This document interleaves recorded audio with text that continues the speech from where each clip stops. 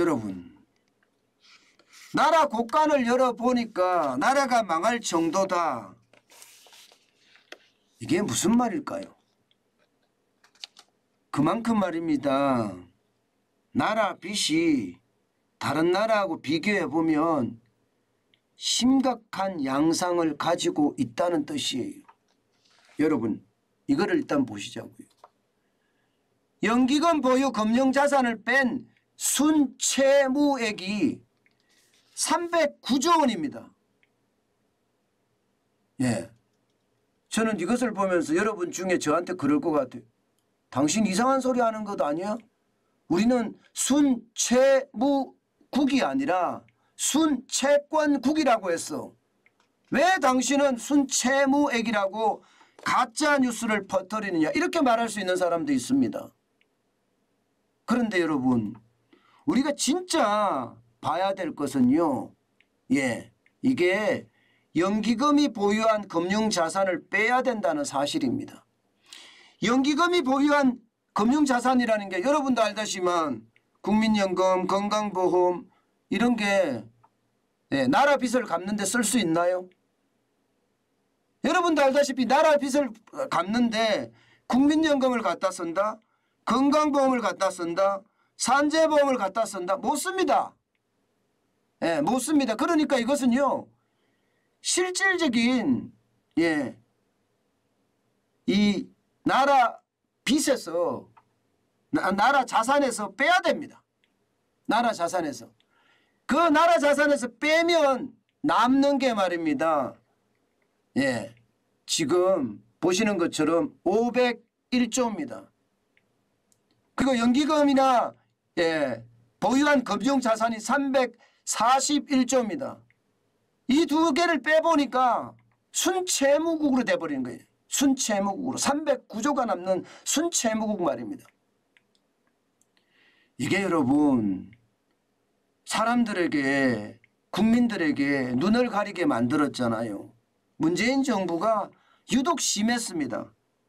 홍남기 경제부총리죠. 전 홍남기 경제부총리는요, 한국의 재정은 한마디로 요약하면 국가 채무의 규모와 비율은 상대적으로 양호하고 여력이 있다. 여력이 있다 이랬습니다. 여력이 있다. 그러나 위기 극복 과정에서 채무와 수지가 악화하는 속도가 각별히 경계할 필요가 있다. 속도는 각별히 경계할 필요는 있다. 이런 표현을 계속 썼거든요. 다시 말해서 말입니다. 나라 재정 튼튼하니까 퍼주기 해도 된다 이 말이에요. 그런데 지금 매일경제가 실제적으로 분석한 것을 보면 이게 2019년 기준입니다. 2019년에 국가 총 채무는 810조입니다.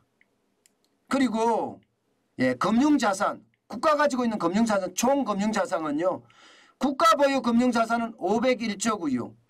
연기금 등이 보유한 금융자산은 341조입니다. 그래서 842조예요. 그래서 문재인 정부 내내 말입니다. 우리는 순채권국이야.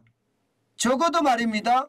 32조 원을 받을 돈이 있어. 이렇게 이야기했거든요. 그런데 이거 분석해 보니까 아니더라는 거예요. 연기금을 나라 빚을 갚는데 못 쓰니까 이것은 빼내야 된다 이겁니다. 만약에 이거를 빼내면 여러분도 보시다시피 810조의 어떤 국가 총 채무에 대비해서 금융자산은 501조예요. 810조 대 501조입니다. 이 두 가지를 마이너스를 하면 309조가 되는 거죠. 309조. 그러니까 우리는 309조를 갚아야 되는 순채무국이 된다는 뜻입니다. 저도 사실 매일경제가 일면으로 낸 이 기사를 보면서 제가 깜짝 놀란 게 이렇단 말이야. 그런데 왜 이러한 사실을 제대로 안 알렸을까 국민들에게. 퍼주기 위해서? 저는 퍼주기 위해서라고 밖에 들리지 않습니다. 그러면 여러분 얼마나 퍼줬는데 도대체 난리냐. 2019년 기준이에요. 이게 2020년, 2021년, 2022년으로 오면요. 이 규모는요. 점점 커집니다. 점점 커져요. 워낙 많이 퍼졌기 때문에 말입니다. 여러분 보세요. 예, 이명박 정부 때만 하더라도요. 예, 국가 재정 상태가 그렇게 최악은 아니었어요. 통합재정 수지 있잖아요. 예, 통합재정 수지는 4대 예, 사회성 기금 다 포함한 거예요. 예, 그러면 여러분 2008년에 15.8%로 플러스입니다. 플러스. 예, 그리고 이명박 정부 때 마지막인 2012년에도 18.5% 플러스고요. 박근혜 정부 때 와서 말입니다. 좀 줄기는 해요.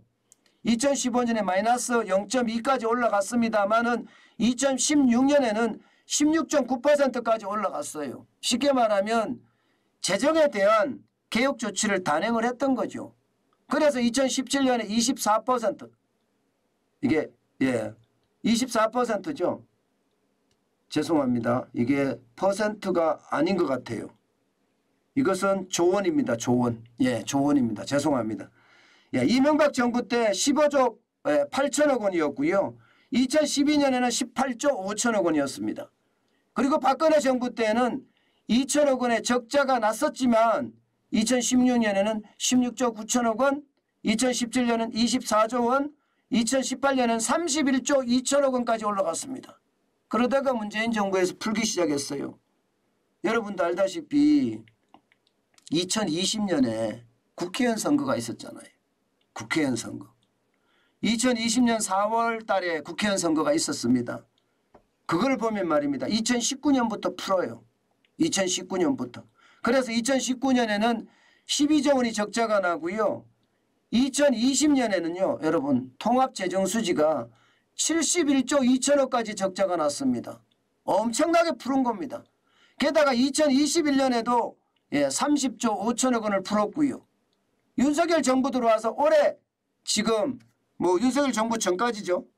예, 뭐 끝에까지라고 이야기할 수 있는 건데요. 그게 21조 3천억 원에 벌써 적자예요. 그러니까 대통령 선거 앞두고 풀고요. 지방선거 앞두고 풀고요. 그랬다는 결론이 생기는 거잖아요. 그러면서 말입니다. 여러분. 나라 부채는 점점 폭증합니다. 앞서 보신 거는요. 여러분 2019년 기준이잖아요. 2019년 그죠? 2019년에 723조 2천억 원. 2020년에는 846조 6천억 원까지 올라가더니요. 2022년 문재인 정부가 끝날 무렵에는 1064조 4천억까지 올라갔어요. 1064조 4천억. 진짜 나라 국가는 흥청망청 썼잖아요. 예, 진짜 장난 아니죠. 그 이유가 말입니다. 우리는 순채권국이야 이렇게 이야기해서 쓴 거예요. 예, 그런데 사실 연기금을 빼보니까 순채무국이잖아요. 이거를 국민을 속인 겁니다. 국민을 속인 거예요. 국민을 진짜 많이 속인 거예요. 저는 이게 열불이 납니다. 도대체 나라를 경영하는 사람들이 국민을 위한 경영을 해야 되는데 국민을 위한 경영이 아니라 국민을 속여가며 표파리 경영을 했다는 이야기잖아요. 경영이라고 하면 좀 그런가요? 운영이라는 표현을 쓸게요. 표파리 운영을 했다는 이야기잖아요. 실제로 말입니다. 여러분 돈을 저렇게 썼는데도 여러분 보세요. 국가별 복지 효율성 비교예요. 1위가 아일랜드가 5.5%예요. 사회복지 지출 효율이 말입니다. 예, 독일은 2.9%입니다. 9위입니다. 프랑스는 2.4%로 16위예요. 예, 영국은 2%로 23위입니다. 미국은 1.6%로 27위입니다. 우리는 1.4%로 28위입니다. 다시 말해서 돈을 썼는데 사회복지 지출의 효율이 없다는 뜻이에요. 그러면 뭐예요 이거예요? 표를 사기 위해서 광범위하게 뿌렸다는 거예요. 광범위하게. 사회복지잖아요. 그죠? 사회복지라는 것은 빈부격차를 해소하는 게 핵심입니다. 그런데 돈을 그냥 표파리로 풀었다는 뜻은 표를 더 많이 받기 위해서 풀었다는 뜻은요. 결국 이게 빈부격차를 오히려 더 늘린 결과라고 저는 생각을 합니다. 저는 이런 일이 문재인 정부에서 있었다는 사실 그리고 이런 사실이 지금 매일경제를 통해서 이게 밝혀진다는 사실, 이것도 여러분 저는 심각하다고 봐요. 이게 결국은 말입니다. 정부가 밝혀줘야 될 문제거든요. 정부가 진실하게 말입니다. 국민들에게 알 권리를 보장을 해줘야 됩니다. 지금처럼 말입니다. 이게 연기금에 가린 착시, 연기금에 가린 착시죠. 결국은 연기금에 가린 착시죠.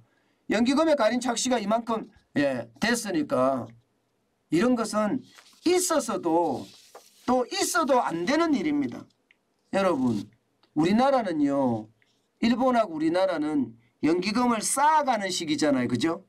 쌓아가는 시기이기 때문에 이게 GDP 대비 연기금 비율도 많고요.